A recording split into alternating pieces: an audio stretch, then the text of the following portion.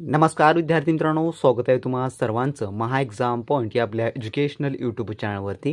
तर मित्रांनो, आपला आजचा व्हिडिओचा भाग मित्रांनो 5 आहे, ज्यामध्ये मित्रांनो आपण BMC म्हणजेच की बृहमुंबई महानगरपालिका भरती 2024 या मित्रांनो कार्यकारी सहाय्यक लिपिक या पदाकरता मित्रांनो काही आपण अतिशय महत्त्वाचे अतिसंभव प्रश्न कव्हर करत आहोत, जे की मित्रांनो परिपूर्ण TCS पॅटर्न आधारित आहे। तर जर तुम्ही या मागील व्हिडिओचे पार्ट पाहिले नसाल तर मित्रांनो डिस्क्रिप्शन बॉक्समध्ये त्या देखील संपूर्ण व्हिडिओची लिंक मित्रांनो तुम्हाला खाली मिळेल, तेथून ते देखील तुम्ही सर्व काही व्हिडिओ पाहून घ्या मित्रांनो। त्यामध्ये देखील आपण अतिशय महत्त्वाची व अतिसंभव प्रश्न आपण कव्हर केलेली आहे, जो की मित्रांनो BMCचा अधिकृत अभ्यासक्रम आहे, ज्यामध्ये GK, math, reasoning, Marathi grammar, English grammar हे सर्व काही आपण आपल्या रेग्युलर लेक्चर मार्फत आपण कव्हर करत आहोत। जर तुम्हाला त्याचे अपडेट येत नसतील तर फटाफट आपल्या चॅनलला सबस्क्राईब करून घ्या व तसंच BMC द्वारे देण्यात येणारे सर्व काही महत्त्वाचे अपडेट हे देखील आपण आपल्याला या चॅनलवर तुम्हाला देत आहोत। तसं तुम्ही आपल्या टेलिग्राम ग्रुपमध्ये नसाल तर त्या ठिकाणी मित्रांनो जॉईन व्हा, त्या ठिकाणी सर्व काही तुम्हाला लगेचच्या लगेच अपडेट मिळणारी असेल। तर पाहूया आपल्याच्या या भाग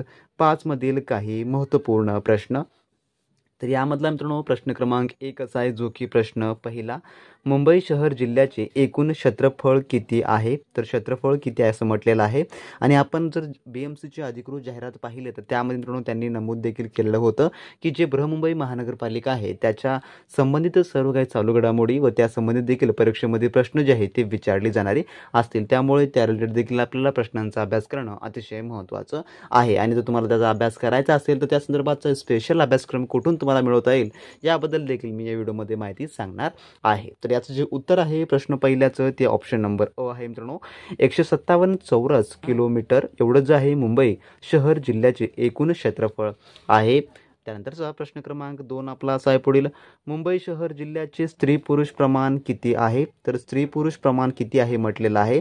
आणि TCS द्वारे जेवढ्या काही आतापर्यंत परीक्षा झालेल्या आहेत त्या परीक्षामध्ये जो की महत्त्वपूर्ण टॉपिक्स म्हणजे की जनगणना, लोकसंख्या हे दोन महत्त्वाचे पूर्ण टॉपिक आहेत मित्रांनो, कारण का प्रत्येक एक्झाममध्ये यावर परीक्षेमध्ये प्रश्न हा फिक्स मित्रांनो तुम्हाला विचारला जाणार असतो, म्हणजे असतोच, यावर प्रश्न तुम्हाला येणारेच असतात। तर याचं जे उत्तर आहे मित्रांनो ते आहे ऑप्शन नंबर ड, जे की 1000 पुरुषांमागे 832 स्त्रिया याप्रमाणे जे आहे, जे की मुंबई शहर जिल्ह्याचे स्त्री पुरुष प्रमाण आहे। त्यानंतरचा आपला पुढील प्रश्न जो की प्रश्न क्रमांक 3 आहे मित्रांनो, मुंबई शहरातून खालीलपैकी कोणती नदी वाहते?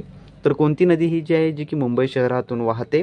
तर याचं जे उत्तर आहे ते आहे ऑप्शन नंबर अ, जे की मिठी नदी ही जी नदी आहे जे की मुंबई शहरातून वाहते। ऑप्शन नंबर अ हे याचं उत्तर होणार असेल। त्यानंतरचा पुढील प्रश्न जो की प्रश्न क्रमांक 4 असा आहे, गीता रहस्य हा भगवद्गीतेवरील टीकात्मक ग्रंथ कोणी लिहिला?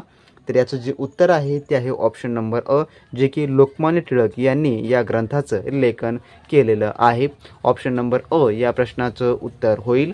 त्यानंतरचा आपला पुढील प्रश्न जो की प्रश्न क्रमांक 5 असा मित्रांनो, अहमदनगर जिल्ह्यातील डॅश हे ठिकाण अहिल्यादेवी होळकर यांचे जन्म ठिकाण आहे? तर याचं उत्तर आहे ऑप्शन नंबर जे की क, चोंडी हे जे ठिकाण आहे जे की अहिल्यादेवी होळकर यांचे जन्म ठिकाण आहे। आणि हे जे आहे गाव ते कोणत्या जिल्ह्यात आहे? तर ते आहे अहमदनगर जिल्ह्यात आहे।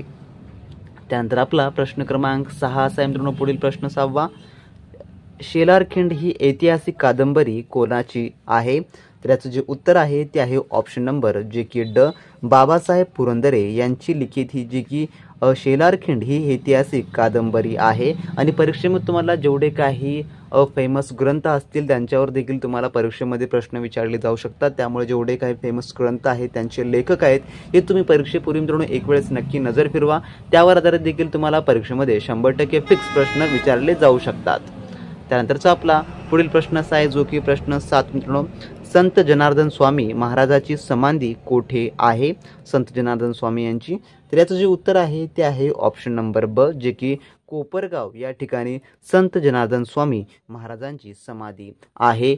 जर मित्रांनो तुम्ही अजूनही बृहमुंबई महानगरपालिका भरती 2024 मित्रांनो परिपूर्ण तयारीसाठी आपले TCS पॅटर्न आधारित मित्रांनो एक्सपेक्टेड क्वेश्चनचे टेस्ट प्लस मित्रांनो तुम्ही नोट्स किंवा ई-बुक जर अजूनही मिळवत असाल मित्रांनो, लगेच तुम्ही आपल्या व्हॉट्सअप सेलरशी कॉन्टॅक्ट करून मित्रांनो ते सर्व काही मिळून घ्या, ज्याची लिंक तुम्हाला खाली मित्रांनो डिस्क्रिप्शन बॉक्समध्ये मिळेल, ज्यामध्ये मित्रांनो तुम्हाला संपूर्ण काही A to Z TCS pattern आधारित अभ्यासक्रम मिळणार आहे, ज्यामध्ये सामान्य अध्ययन, इंग्रजी व्याकरण, मराठी ग्रामर आणि बुद्धिमत्ता चाचणी या सर्व विषय मित्रांनो तुमची परिपूर्ण एकूण 200 गुणांची मित्रांनो तयारी होऊन जाणारी असेल, ज्यामध्ये मित्रांनो TCSच्या आपण अतिसंभाव्य प्रश्नांचा समावेश केलेला आहे, जे की प्रिव्हियस TCS जेवढ्याने एक्झाम घेतली आहे त्यामधल्या आपण सर्व प्रश्नांचा यामध्ये इन्क्लूड केलेला आहे। आणि त्यासोबतच महत्त्वाच्या चालू घडामोडी देखील जी BMCचा अभ्यासक्रम आहे, BMC रिलेटेड संपूर्ण माहिती देखील आपण त्यामध्ये कव्हर केली आहे। त्यासोबतच कमी वेळेत संपूर्ण काय मित्रांनो तयारी त्याद्वारे तुमची होऊन जाणारी असेल। PYQ प्रश्नांचा देखील आपण त्यामध्ये समाविष्ट केलेला आहे, ज्यामुळे ज्या विद्यार्थ्यांनी अजूनही आपले एक्सपेक्टेड क्वेश्चनचे टेस्ट किंवा तुम्ही नोट्स मिळवून असाल तर लगेच व्हॉट्सअपवरती कॉन्टॅक्ट करून मिळवून घ्या। सर्व काही मित्रांनो तुम्हाला सॉफ्ट कॉपीच्या माध्यमातून लगेच 5 मिनिटाच्या तुम्हाला व्हॉट्सअपवरती मित्रांनो ते मिळणार असेल। आणि प्राइस देखील मित्रांनो तुम्ही या ठिकाणी पाहू शकता, जे की अगदी अफोर्डेबल आहे प्रति विद्यार्थी मित्रांनो। याचा जो आहे तुम्ही अभ्यास केला तर तुम्हाला कोणतेही मार्केटमधलं मित्रांनो तुम्हाला एक्सपेन्सिव्ह बुक्स घेण्याची गरज पडणार नाही किंवा मित्रांनो तुम्हाला कोणतेही कोचिंग लावण्याची गरज पडणारी नाही। त्यामुळे ज्या विद्यार्थी अजूनही मिळत असेल त्यांनी लगेच आपल्या व्हॉट्सअपवरशी कॉन्टॅक्ट करून सर्व काही मिळून घ्या मित्रांनो। जर मित्रांनो तुम्ही तो अभ्यासक्रम मिळवला तर तुम्हाला कोणतेही मार्केटमधलं बुक्स किंवा मित्रांनो कोचिंग लावण्याची गरज नाही व त्यासोबत तुम्हाला BMCची संपूर्ण काही माहिती देखील पुरवली जाणारी असेल। त्यानंतर पाहूया आपला पुढील प्रश्न, जो की प्रश्न क्रमांक 8 असा आहे, केसरी हे वर्तमानपत्र कोणी सुरू केले? तर याचं जे उत्तर आहे मित्रांनो प्रश्न 8व्याचं ते आहे ऑप्शन नंबर ब, जे की लोकमान्य टिळक यांनी जे आहे केसरी हे वर्तमानपत्र सुरू केले। त्यानंतर प्रश्न 9, डॉक्टर बाबासाहेब आंबेडकर यांनी कोणत्या मंदिरात सत्याग्रह केला होता? तर याचं जे उत्तर आहे ते आहे ऑप्शन नंबर जे की क, काळाराम मंदिर, नाशिक येथील काळाराम मंदिरामध्ये डॉक्टर बाबासाहेब आंबेडकर यांनी जो आहे सत्याग्रह केला होता। ऑप्शन नंबर क या प्रश्नाचं उत्तर होणार असेल। त्यानंतरचा प्रश्न आपला 10वाचा आहे, संत गजानन महाराज मंदिर शेगाव हे कोणत्या जिल्ह्यात आहे? तर याचं उत्तर आहे ऑप्शन नंबर ब, जे की बुलढाणा जिल्ह्यात आहे। त्यानंतरचा प्रश्न पुढील 11वाचा आहे, संत ज्ञानेश्वराचे पूर्वीचे गाव कोणते? तर पूर्वीचे गाव, तर याचं उत्तर आहे ऑप्शन नंबर ब, जे की आपेगाव हे जे आहे पूर्वीचे गावाचे नाव होते संत ज्ञानेश्वर यांचे। त्यानंतरचा प्रश्न 12वा आपला, भावार्थ दीपिका हा ग्रंथ कोणी लिहिला? तर याचं उत्तर आहे ऑप्शन नंबर जे की क, संत ज्ञानेश्वर यांनी जे आहे भावार्थ दीपिका हा ग्रंथ लिहिलेला आहे। त्यानंतरचा प्रश्न 13वा आपला, डॉक्टर बाबासाहेब आंबेडकर यांच्या समाधीस्थळाचे नाव काय? तर याचं उत्तर जे आहे ते आहे ऑप्शन नंबर क, जे की चैत्यभूमी असं जे आहे, जे की डॉक्टर बाबासाहेब आंबेडकर यांच्या समाधीस्थळाचे नाव आहे। त्यानंतरचा पुढील आपला 14वा प्रश्न असा आहे, डॅश यांना आपण राष्ट्रसंत तुकडोजी महाराज म्हणून ओळखतो? तर राष्ट्रसंत तुकडोजी महाराज म्हणून आपण कोणाला ओळखतो? तर याचं उत्तर आहे ऑप्शन नंबर जे की क, माणिक बंडूजी ब्रह्मभट यांना जे आहे जे की राष्ट्रसंत तुकडोजी महाराज म्हणून ओळखतो। तर थोडक्यामध्ये तुम्हाला यावर आधारित देखील प्रश्न येऊ शकतो की राष्ट्रसंत तुकडोजी महाराज यांचे पूर्ण नाव काय? तर त्यांचं जे पूर्ण नाव आहे ते आहे माणिक बंडूजी ब्रह्मभट असं जे आहे ते पूर्ण नाव आहे। त्यामुळे आपल्याला प्रत्येक स्वरूपाचा प्रश्न माहिती असणं आवश्यक आहे। प्रश्न हा कसा पण तुम्हाला फिरून परीक्षेमध्ये विचारला जाऊ शकतो। त्यानंतरचा आपला पुढील प्रश्न, जो की प्रश्न 15वा असा आहे, न्यायमूर्ती रानडे यांची जन्मभूमी कोणती? तर याचं जे उत्तर आहे ते आहे ऑप्शन नंबर ब, जे की निफाड ही जी आहे जे की न्यायमूर्ती रानडे यांची जन्मभूमी आहे। त्यानंतर आपला पुढील प्रश्न 16वा असा आहे मित्रांनो, डॅश या संताच्या काव्यरचना दोहे या नावाने प्रसिद्ध आहे?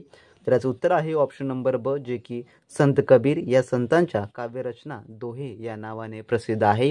ऑप्शन नंबर ब ह्या प्रश्नाचं उत्तर होणार असेल। तर मित्रांनो असे हे आपल्या आजच्या भाग 5 मधील काही मित्रांनो आपण टॉप 15-16 क्वेश्चन्स आपण कव्हर केलेले आहेत।